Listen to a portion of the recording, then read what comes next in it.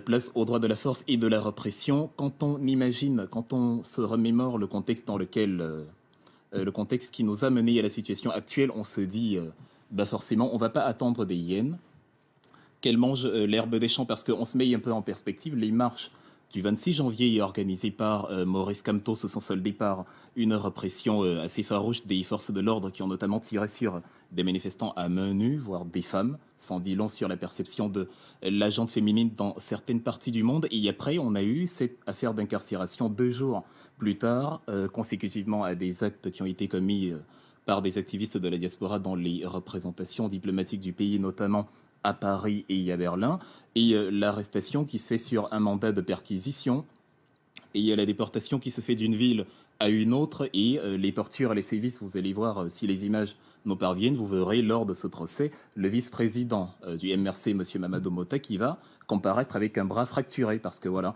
c'est-à-dire la prison a perdu son Alors, cadre de redressement, c'est devenu un camp justement de torture et d'animalisation de l'humain. et alors, dans quel état est le parti, le MRC aujourd'hui? Il y a des élections qui sont prévues en 2020. Quelle va être votre position?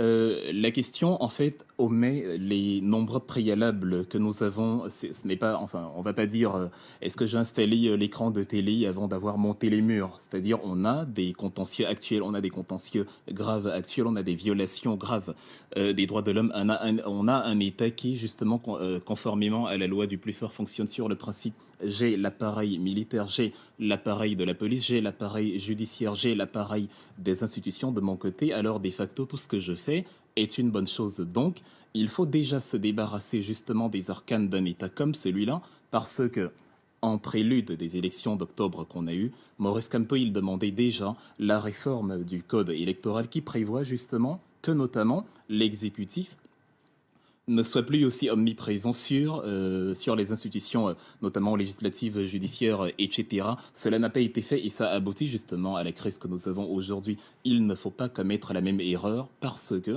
c'est ce qui arrange un appareil exécutif qui sait que, à partir du moment où il contrôle tout, le jeu politique justement en 2020, comme par le passé, se fera à son avantage. Alors on n'est pas dupe au MRC, on garde en ligne le principe de résistance et de réforme véritable des institutions qu'on s'est fixé au départ.